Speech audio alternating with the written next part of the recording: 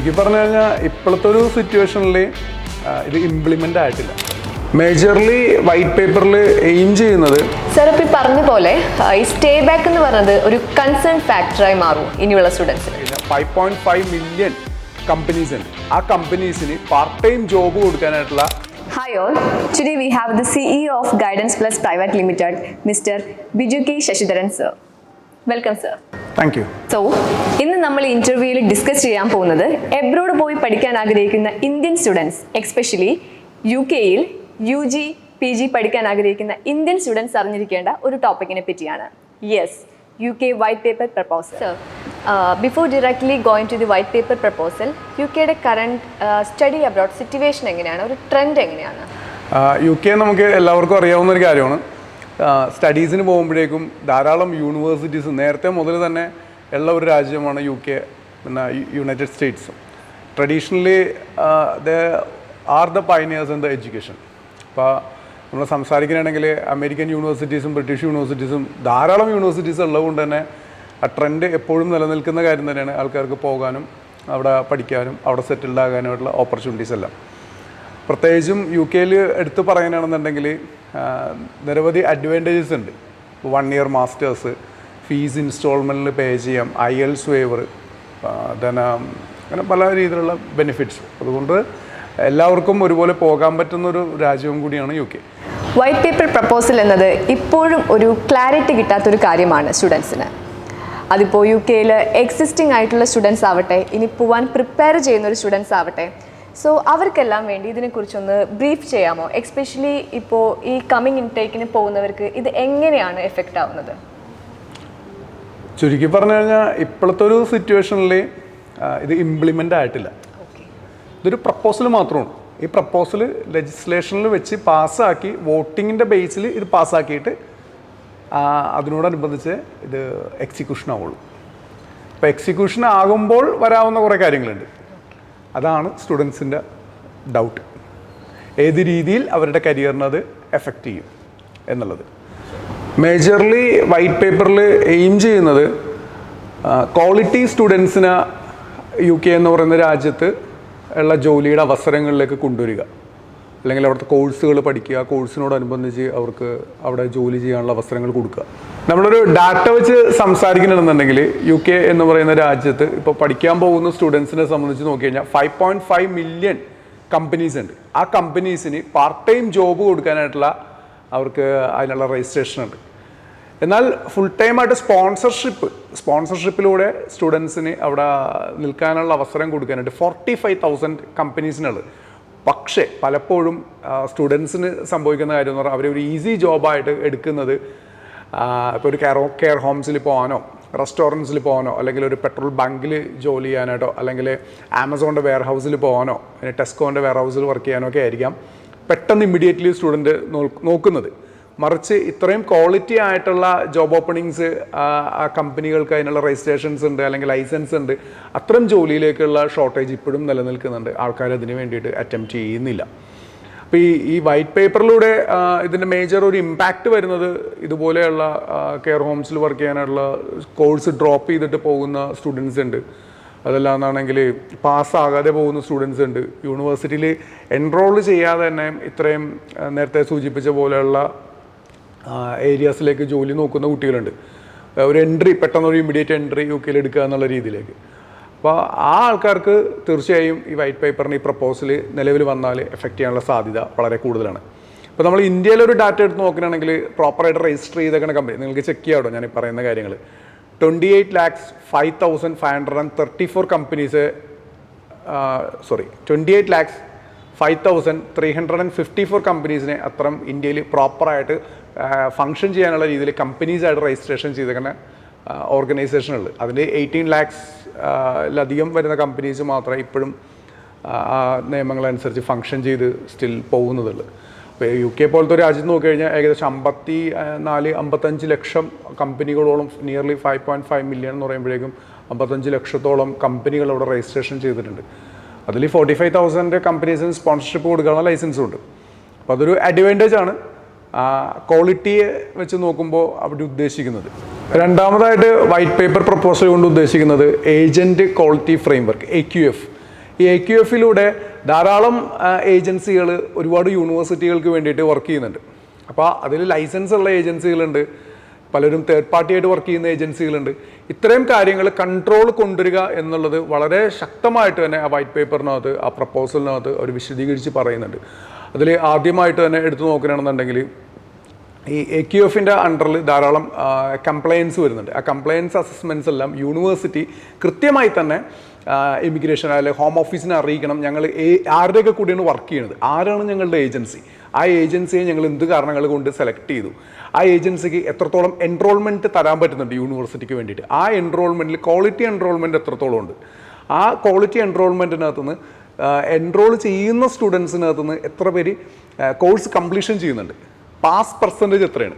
ഇത്തരം കാര്യങ്ങളെല്ലാം തന്നെ സ്ട്രീം ലൈൻ ചെയ്യുമ്പോഴേക്കും അസോസിയേറ്റ് ചെയ്തിരിക്കുന്ന ഏജൻസികൾക്ക്, ഡയറക്റ്റ് വർക്ക് ചെയ്യുന്ന ഏജൻസികൾക്ക് കൂടുതലൊരു മൈലേജ് കിട്ടാനോ അതിനോട് കണക്ട് ചെയ്ത് സ്റ്റുഡൻസിനെ വർക്ക് ചെയ്യാനായിട്ടുള്ള അല്ലെങ്കിൽ സ്റ്റുഡൻസിന് പോകണമെന്നുണ്ടെങ്കിൽ അത്തരം ഏജൻസികളെ സമീപിക്കുക, ഏജൻസിനെ കുറയ്ക്കുക എന്നുള്ളതും കൂടി ഈ വൈറ്റ് പേപ്പർ പ്രപ്പോസൽ ഒരു ബുള്ളറ്റ് പോയിൻ്റായിട്ട് എടുത്തു പറയുന്ന ഒരു കാര്യം തന്നെയാണ്. ഇതിൽ നെഗറ്റീവായിട്ട് വരുന്ന പോയിൻറ്റ്സ് ഉണ്ട്. ആ നെഗറ്റീവിൽ എടുത്തു പറയാനുള്ള ഒരു പ്രധാനപ്പെട്ട പോയിൻ്റ് തന്നെയാണ് increased skilled threshold. Increased skilled threshold എന്ന് പറയുമ്പോഴേക്കും നേരത്തെ പഴയ രീതി അനുസരിച്ച് ലെവൽ 3 ക്വാളിഫിക്കേഷൻസ് ഉള്ള എല്ലാവർക്കും എല്ലാ ജോലികളും ചെയ്യാൻ സാധിക്കുമായിരുന്നു. എല്ലാ ജോലികളെന്ന് പറഞ്ഞു കഴിഞ്ഞാൽ ഞാൻ പറഞ്ഞത് വൈറ്റ് കോളർ ജോബല്ല, അതല്ലാതുള്ള ജോലികൾ ചെയ്യാൻ സാധിക്കുമായിരുന്നു. എന്നാൽ ഇപ്പോൾ അത് പുതിയ പ്രപ്പോസൽ അനുസരിച്ചിട്ട്, വൈറ്റ് പേപ്പർ പ്രപ്പോസൽ അനുസരിച്ച് RQF ലെവൽ 6 ക്വാളിഫിക്കേഷൻസ് കഴിഞ്ഞ ആൾക്കാർ, ദാറ്റ് മീൻസ് ഡിഗ്രി ലെവൽ കഴിഞ്ഞ ആൾക്കാർക്ക് അത്തരം ജോലികളുടെ അവസരങ്ങൾ അവൈലബിലിറ്റി കിട്ടുന്നതായിരിക്കും. ഇപ്പോൾ ലെവൽ 3 ക്വാളിഫിക്കേഷൻസ് വരുന്ന ആൾക്കാരെ പൊതുവെ ആ അവസരങ്ങളിൽ നിന്ന് മാറ്റി നിർത്തുന്ന രീതിയിലാണ് ഈ പ്രപ്പോസൽ വരുന്നത്. നാലാമത് എടുത്തു പറയാനായിട്ടുള്ള ഒരു പോയിന്റ്, അല്ലെങ്കിൽ ആൾക്കാരുടെ മനസ്സിൽ എപ്പോഴും ചോദിക്കുന്ന, അതാണ് ഏറ്റവും ഇമ്പോർട്ടൻറ്റ് പോയിന്റ്, സ്റ്റേ ബാക്ക് 24 മന്ത്സിൽ നിന്നും 18 മന്ത്സിലേക്ക് കുറയ്ക്കാം. തീർച്ചയായിട്ടും അങ്ങനെ ഒരു പ്രപ്പോസലിൽ അത് വളരെ വിശദമായി തന്നെ അവർ പറയുന്നുണ്ട്. 24 മന്ത്സിൽ നിന്നും 18 മന്ത്സിലേക്ക് റിഡ്യൂസ് ചെയ്യാനുള്ള പ്ലാനിൽ തന്നെ. അപ്പം അങ്ങനെ നോക്കുകയാണെങ്കിൽ ജർമ്മനി ഒരു സ്റ്റുഡൻസ് ഏറ്റവും കൂടുതൽ പോകുന്ന ഒരു സ്റ്റുഡൻറ്റ് റിക്രൂട്ട്മെൻറ്റ് മാർക്കറ്റാണ്. ആ ജർമ്മനിയിൽ ഇപ്പോൾ 18 മന്ത്സ് തന്നെ സ്റ്റേ ബാക്ക് ഉള്ളൂ. അപ്പോൾ അത് വെച്ച് കമ്പയർ ചെയ്യുമ്പോൾ ഒരു ഇംഗ്ലീഷ് സ്പീക്കിംഗ് കൺട്രി ആയിട്ടുള്ള UK-ലും 18 മന്ത്സ് സ്റ്റേ ബാക്ക് ആയിരിക്കും ഈ പ്രപ്പോസൽ നിലവിൽ വന്നാൽ എക്സിക്യൂഷനിൽ സാധിക്കുന്ന കാര്യം. സർ, ഇപ്പോൾ ഈ പറഞ്ഞ പോലെ ഈ സ്റ്റേ ബാക്ക് എന്ന് പറഞ്ഞത് ഒരു കൺസേൺ ഫാക്ടറായി മാറുമോ ഇനിയുള്ള സ്റ്റുഡൻസിന്? അതൊരു നല്ലൊരു ക്വസ്റ്റ്യനാണ്. സ്റ്റേ ബാക്ക് എന്നുള്ളത് ഒരു കൺസേൺ ഫാക്ടർ ആണെന്ന് പറയുമ്പോഴേക്കും 24 മന്ത്സിൽ നിന്നും 18 മന്ത്സ് ആകുമ്പോൾ 6 മന്ത്സ് ആണ് അവിടെ നഷ്ടപ്പെടുന്നത്. അപ്പോൾ നേരത്തെ ഞാൻ ആദ്യമേ സൂചിപ്പിച്ചോളൂ, ജർമ്മനിയിൽ 18 മന്ത്സ് ആണ്. പക്ഷേ ജർമ്മനിയിലുള്ളവരും ഈ 18 മന്ത്സ് കൊണ്ട് അവർ ജോലി കണ്ടുപിടിച്ച് ഏതെങ്കിലുമൊക്കെ ഒരു ഫേമിൽ കയറുകയോ അല്ലെങ്കിൽ അവിടെ സെറ്റിൽഡ് ആകാനുള്ള ഒരു ഓപ്പർച്യൂണിറ്റി കണ്ടുപിടിക്കുകയൊക്കെ ചെയ്യുന്നുണ്ട്. സെയിം തന്നെ ഇവിടെ കുറഞ്ഞ സമയം എന്നുള്ളത് ഒരു സമയ പീരീഡ് കുറയുന്നുണ്ട് സമയത്തിൻ്റെ വശം നോക്കിക്കഴിഞ്ഞാൽ. പക്ഷേ എന്നിരുന്നാലും പല രീതിയിലുള്ള യൂണിവേഴ്സിറ്റീസ് അതേ രീതിയിൽ സ്റ്റുഡൻസിനെ പലവരും സപ്പോർട്ട് ചെയ്യുന്നുണ്ട്, കരിയർ ഫെയേഴ്സ് കൊണ്ടുവരുന്നുണ്ട്, പ്രോഗ്രാംസ് കൊണ്ടുവരുന്നുണ്ട്. ആ രീതിയിൽ ഈ സ്റ്റുഡൻസിന് അവിടെ ജോലി കണ്ടുപിടിക്കാനായിട്ട് വലിയ പ്രയാസം വരില്ല എന്ന് നമ്മൾക്ക് വിശ്വസിക്കാം. ഏർലിയർ നമ്മൾ പറഞ്ഞ ഡാറ്റാബേസ് അനുസരിച്ച് ഈ ഡാറ്റാബേസ് എല്ലാവർക്കും ചെക്ക് ചെയ്യാവുന്നതാണ്. ഇതെല്ലാം ഓപ്പൺ സോഴ്സിൽ അവൈലബിൾ ആണ്. ഇത്തരം കമ്പനികളിൽ അപ്ലൈ ചെയ്യുന്ന ആൾക്കാർക്ക് അതിനുള്ള അവസരങ്ങൾ കണ്ടുപിടിക്കാൻ അവരുടെ കപ്പാസിറ്റി വെച്ചും, ഒരു കപ്പാസിറ്റിയുള്ള ആൾക്കാരല്ല ഇന്ത്യൻ സ്റ്റുഡൻസൊക്കെ എല്ലായിടത്തും പോകുന്നത്. അവർക്കൊരു അവസരങ്ങൾ കണ്ടുപിടിക്കാൻ എനിക്ക് തോന്നുന്നില്ല 1.5 വർഷം കൊണ്ട് സാധിക്കാതിരിക്കും എന്നുള്ളത്. സോ ഫൈനലി ഈ പറഞ്ഞ കൺസേൺസ് എല്ലാം സ്റ്റുഡൻസിന് എങ്ങനെയാണ് ഓവർകം ചെയ്യാൻ പറ്റുന്നത്? സ്റ്റുഡൻസിനെ ഓവർകം ചെയ്യാന്ന് പറഞ്ഞു കഴിഞ്ഞാൽ എല്ലാ രാജ്യത്തിൻ്റെതായിട്ടുള്ള അഡ്വാൻറ്റേജസും ഉണ്ട്, ചലഞ്ചസും ഉണ്ട്. ഇപ്പം ഇതൊരു ചലഞ്ചിൽ വരുന്ന ഒരു കാര്യമായിട്ട് മാറാം വൈറ്റ് പേപ്പർ അപ്രൂവലിലേക്ക് വന്നു കഴിഞ്ഞാൽ പ്രപ്പോസൽ. അപ്പം അത്തരം പ്രപ്പോസൽ അപ്രൂവലിലേക്ക് വരുമ്പോഴേക്കും യൂണിവേഴ്സിറ്റികളുടെ ഭാഗത്ത് നിന്ന് കൊടുക്കുന്നതെല്ലാം സപ്പോർട്ടുകളുണ്ട്. ഇപ്പോൾ യൂണിവേഴ്സിറ്റികൾ വർക്ക് പ്ലേസ്മെൻറ്റ് പ്രോഗ്രാംസ് ധാരാളം കോഴ്സുകളുടെ കൂടെ ഇംപ്ലിമെൻറ്റേഷൻ ആക്കിയിട്ടുണ്ട്. അപ്പോൾ അതിന് എക്സാമ്പിൾ പറഞ്ഞാൽ കമ്പ്യൂട്ടിംഗ് കോഴ്സുകളുടെ കൂടെ 1 ഇയർ മാസ്റ്റേഴ്സ് ആണെങ്കിൽ 1 ഇയർ വർക്ക് പ്ലേസ്മെൻറ്റ്. അപ്പോൾ ഈ വർക്ക് പ്ലേസ്മെൻറ്റ് ടൈമിന് ഇവർക്ക് യൂണിവേഴ്സിറ്റികൾ തന്നെ സപ്പോർട്ട് ചെയ്യുന്ന രീതിയിൽ ഈ കരിയർ ഫെയർസിലൊക്കെ കൊണ്ടുവരുന്ന ഇൻസ്റ്റിറ്റ്യൂഷനിൽ ഇവർക്ക് ഒരു പ്രൊജക്റ്റ് ചെയ്യാം. അപ്പോൾ ആ ഒരു പീരീഡിനകത്ത് ആ പ്രൊജക്റ്റുമായിട്ട് ഇവർക്ക് ആ കമ്പനിയുടെ വിശദമായിട്ടുള്ള കാര്യങ്ങളെക്കുറിച്ച് പഠിക്കാം. ബാക്കി വരുന്ന സമയം അവർക്ക് സ്വന്തമായിട്ട് ജോലി കണ്ടുപിടിക്കാം. അപ്പോൾ 1 വർഷം വർക്ക് പ്ലേസ്മെൻറ്റ് കിട്ടുന്നുണ്ട്, പ്ലസ് 1.5 വർഷം ഈ പ്രപ്പോസൽ ഇംപ്ലിമെൻ്റ് ആയി കഴിഞ്ഞാൽ സ്റ്റേ ബാക്ക് പീരീഡിലും കിട്ടുന്നുണ്ട്. അപ്പോൾ all together it's like 2.5 years. അങ്ങനെ ഒരു കോമ്പോസിഷൻ നോക്കിക്കഴിഞ്ഞാൽ ഒരു വർഷം പഠനത്തോടെ മാറിക്കഴിഞ്ഞാൽ ഇപ്പോൾ കമ്പ്യൂട്ടിംഗ് കോഴ്സ് മാത്രമല്ല ഹെൽത്ത് കെയർ ഫീൽഡിൽ വരുന്നുണ്ട് അത്രയും വർക്ക് പ്ലേസ്മെന്റ് കോഴ്സുകൾ. ഓൾറെഡി ഇൻസ്റ്റിറ്റ്യൂഷൻസ് ഒക്കെ അത് ജനുവരി ഇൻടേക്ക് പോലെ ഇൻട്രൊഡ്യൂസ് ചെയ്ത് തുടങ്ങുകയാണ് അത്തരം പ്രോഗ്രാംസ്. എഞ്ചിനീയറിംഗ് പ്രോഗ്രാംസിൽ വരുന്നുണ്ട് വർക്ക് പ്ലേസ്മെന്റ്, ഹോസ്പിറ്റാലിറ്റി പ്രോഗ്രാംസിന് വരുന്നുണ്ട് വർക്ക് പ്ലേസ്മെന്റ്, ആർട്സ് അങ്ങനെ തുടങ്ങിയിട്ടുള്ള പ്രോഗ്രാംസിൽ വരുന്നുണ്ട്. അപ്പോൾ പല പ്രോഗ്രാംസിനകത്തും ഇത്രയും വർക്ക് പ്ലേസ്മെന്റ് ഇംപ്ലിമെന്റേഷൻ ആക്കുന്നതോടുകൂടി ഇതൊരു രീതിയിൽ ഓവർകം ചെയ്യാനുള്ള ഈ ചലഞ്ച് ഓവർകം ചെയ്യാനുള്ള ഒരു സൊല്യൂഷനും യൂണിവേഴ്സിറ്റിയുടെ ഭാഗത്തുനിന്ന് കൊടുക്കുന്നുണ്ട്. ഇപ്പോൾ നേരത്തെ കാലങ്ങളിൽ നമ്മൾ നോക്കിക്കഴിഞ്ഞാൽ അറിയാൻ പറ്റും, സ്പോർട്സിന് പോകാൻ പറ്റായിരുന്ന സമയങ്ങളിൽ ഇൻടേക്ക് നിർത്തിയ സമയത്ത് മാസ്റ്റേഴ്സ് ഇൻ റിസർച്ച് പ്രോഗ്രാമായിട്ട് മാസ്റ്റേഴ്സ് പ്രോഗ്രാം ഇറക്കിയായിരുന്നു. അതും സബ്സ്റ്റിറ്റ്യൂഷൻ പല രീതിയിലും ഉണ്ട് ഇൻസ്റ്റിറ്റ്യൂഷൻ്റെ ഭാഗത്ത്. നമുക്ക് ഇപ്പോഴുള്ള ഒരു പ്രധാനപ്പെട്ട ഒരു അവസരം എന്ന് പറഞ്ഞാൽ ഈ കറന്റ് ടൈമിൽ പോകുന്ന സ്റ്റുഡൻസിനെ സംബന്ധിച്ചിടത്തോളം ഈ 18 months എഫക്ട് ചെയ്യുന്നില്ല. അവർക്ക് ഈ സെപ്റ്റംബറിൽ കയറി പോവുകയാണെങ്കിൽ നേരത്തെ ഗവൺമെൻറ് അടുത്ത് ഇപ്പോഴും അവരെ ആപ്ലിക്കബിൾ ആക്കിയുള്ള ഗ്രാജുവേറ്റ് റൂട്ട് വിസയിലുള്ള 24 months അല്ലെങ്കിൽ 2 years അവർക്ക് മുഴുവനായിട്ട് തന്നെ ഉപയോഗിക്കാം, അവർക്ക് ജോലി കണ്ടുപിടിക്കാം. നമ്മൾ ആദ്യം ഈ വീഡിയോ പ്രസൻറ്റ് ചെയ്തപ്പോൾ തന്നെ സംസാരിച്ച പോലെ തന്നെ ഇത് ലെജിസ്ലേഷൻ വോട്ട് ചെയ്ത് പാസ്സാക്കി ഇത് ഇംപ്ലിമെൻറ്റേഷനിലേക്ക് വരണം. ഇംപ്ലിമെൻറ്റേഷനിൽ വന്നാലും എപ്പോഴും നിങ്ങൾ അല്ലെങ്കിൽ നമ്മൾ UK ഒരു മെയിൻ അവരുടെ ഇംപ്ലിമെൻറ്റേഷൻ സിസ്റ്റം നോക്കിയാൽ അറിയാം, പല കാര്യങ്ങളും അവർ ഇംപ്ലിമെൻറ്റ് ചെയ്യുമ്പോൾ ഇത്രയും എന്തൊക്കെ നിയമങ്ങൾ വന്നിട്ടുണ്ടോ ഇതിന് മുമ്പുള്ള എല്ലാ ആക്ഷനും നമ്മൾ എടുത്തു. സ്പോർട്സിനെ നിർത്തുന്നു, അല്ലെങ്കിൽ അവർ PSW ഓപ്പൺ ചെയ്തു, ആ കാലഘട്ടങ്ങളിലൊക്കെ നോക്കിയാൽ അറിയാം ഇത് ഒരു ഇൻടേക്ക് നടന്നുകൊണ്ടിരിക്കുമ്പോൾ അല്ലെങ്കിൽ ഒരു ഇൻടേക്കിൽ പോകാൻ നിൽക്കുന്ന സ്റ്റുഡൻസിനെ എഫക്ട് ചെയ്യുന്നില്ല.